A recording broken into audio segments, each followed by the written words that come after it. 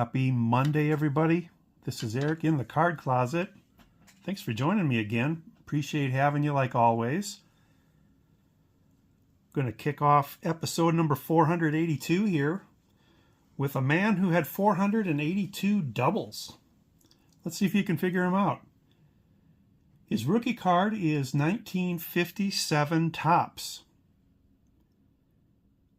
His Topps run ran from 1957 to 1978. But the caveat is his 78 card is a record breaker card. They didn't give him just a regular issued card for his sunset year. He appeared on some special cards over the years. In 61 Topps, he was on a Sporting News All-Star card. Same in 1962 Topps. Same in 1968 Topps. Same in 1969 Topps. Same in 1970 Topps. In 1965 Topps, he was on the American League Batting Leaders card and the American League RBI Leaders card. In 1971 Topps, he's on a World Series card that depicts him on his hands and knees on the planet Tatooine, playing in the sand. His 1972 Topps has him on two playoff cards, one for the ALCS and one for the World Series. In 1974 Topps, he's on an all-star third baseman card with Ron Santo. 1975 Topps, he's on a playoff card for the American League Championship Series.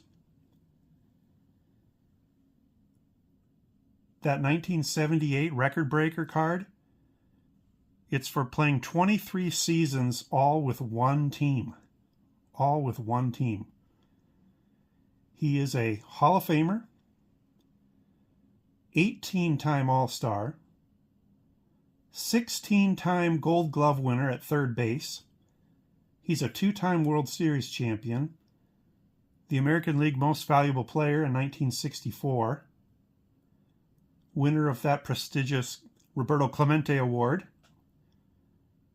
And he played all those 23 seasons with the Baltimore Orioles.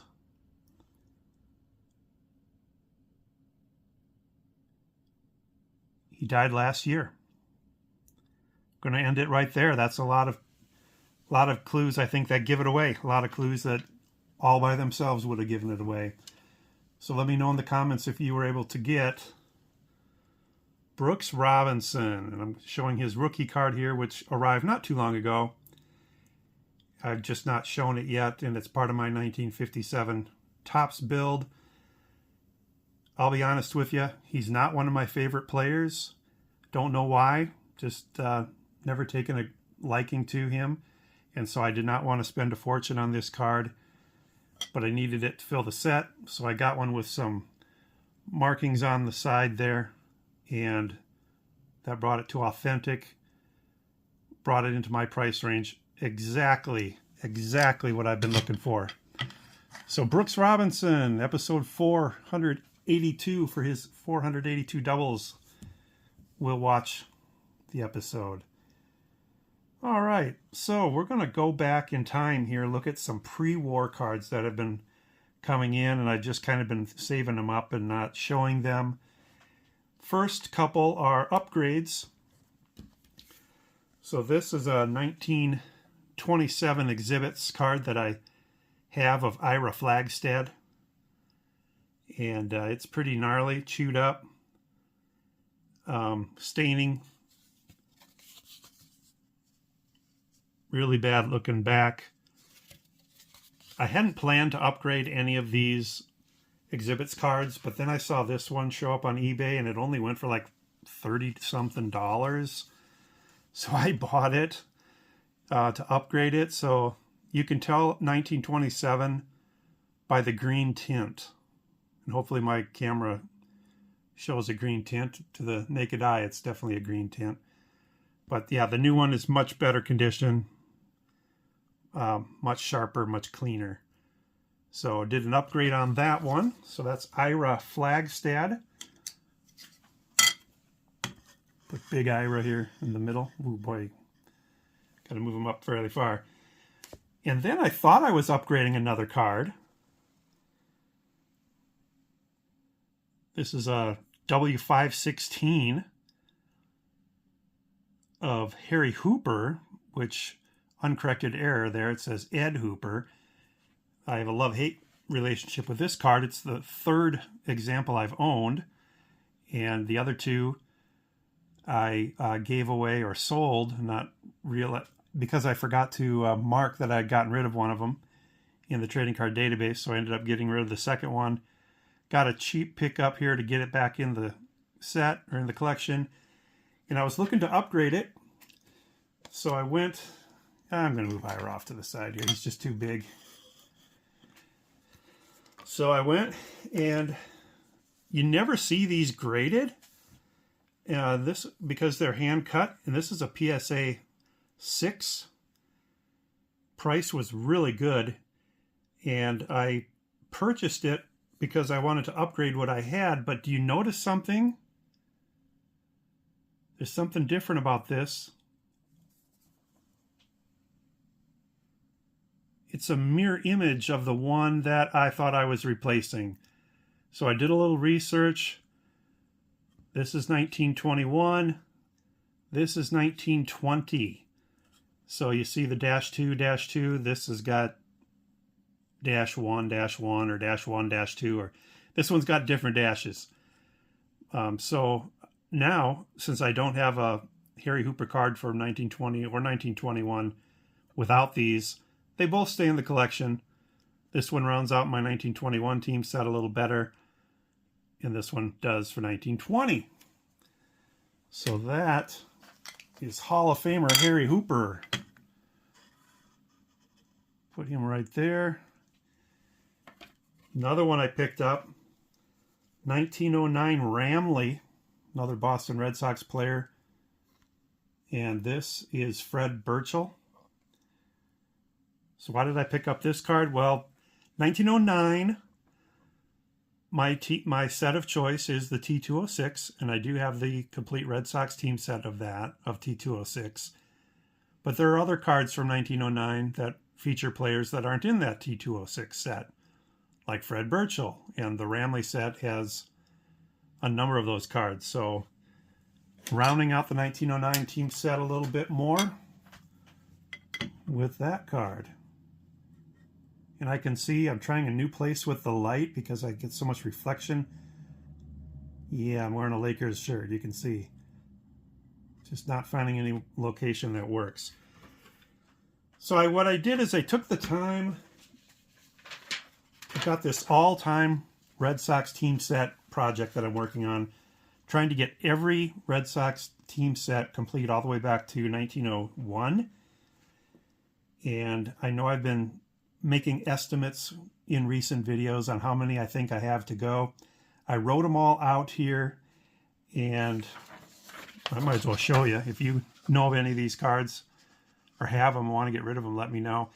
I decided to add a few more, so I added the exhibits, foreign ones from 1931, and I added some others as well.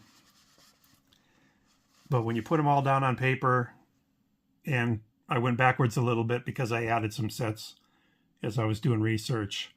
So at this point, I have 68 to go, and half of them are the midpoint.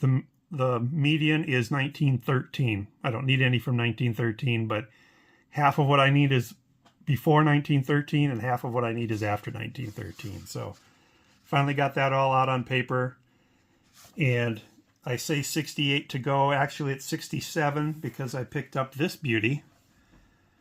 This is a 1923 exhibit of Howard Emke, and he brings it down to 67 to go for the all-time Red Sox team set. So 1923, basically all the 20s, I'm very fortunate to have exhibits. And this one, it's a dead giveaway what year it is because the 23, 24s they don't look like the other ones. Like this Ira, for example, he looks the same every year in the 20s on his cards. You have to just go by the tint or the format of the lettering down there. But luckily for 1923, they're unique compared to all the other exhibits. So you just know by looking at it that this is a 23. So Howard Emke, and happens to be in a 3. So where are we gonna? We're gonna take Ira out. Exchange one big boy for the other big boy. So 67 to go in that all-time project. I'm really pumped about that. It's always fun to knock one off the list. All right. So a couple things that has to do with card holders. I'm working on a project right now with Mag Pros. I saw them on John Mangini's channel a few days ago, and it reminded me that I'd started the process with them of a year ago or more, and I had never completed it. And that is to get 1 touches. Well, for them it's 2 touches because they have the 2, but with a flip on them so that they would be the same size as a PSA slab. But the flip, Mag Pros allows you to put whatever you want on the flip. So please watch to the end of the video.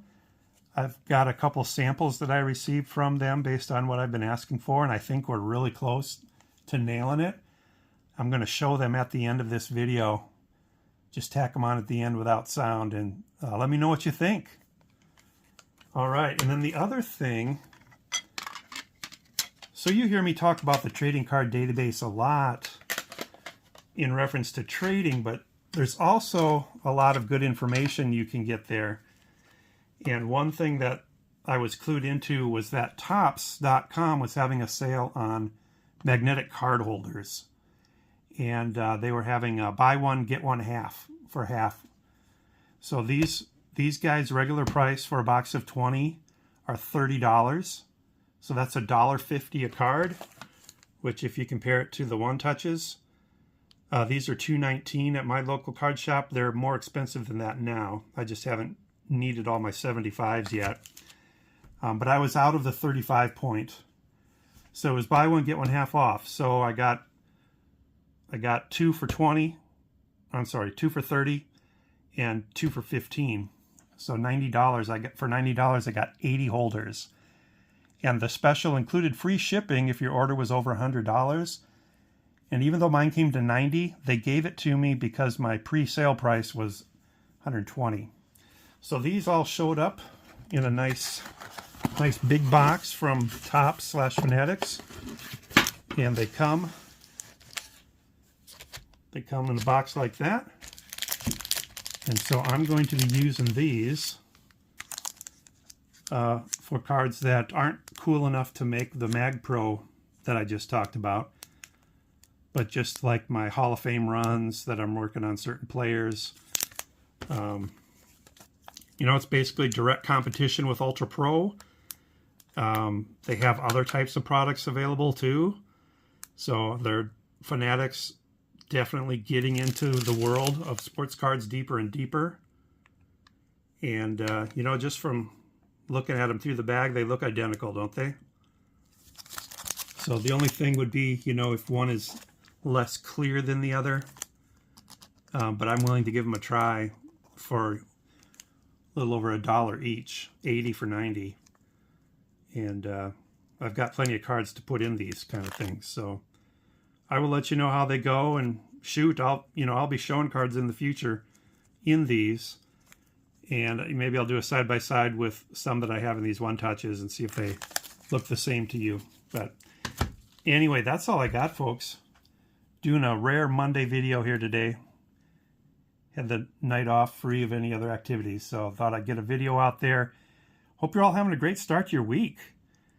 I'm sure you saw Dave Parker and Dick Allen got elected into the Hall of Fame by the Eras Committee yesterday. So I'm sure many of you are happy for that, especially if you're Hall of Fame collectors. And that's big news in the baseball world. I was hoping Tommy John would get in, but he did not. But someday he will. He'll be on the ballot. Basically this caliber of player, Steve Garvey, Tommy John, Jim Cott was like that, Oliva was like that. They're just on the ballot in perpetuity until they get elected. So it'll happen eventually. But anyway, I'm kind of being snarky there. Thanks for joining me, guys.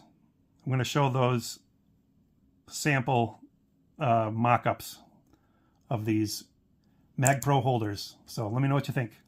Thanks all. Bye.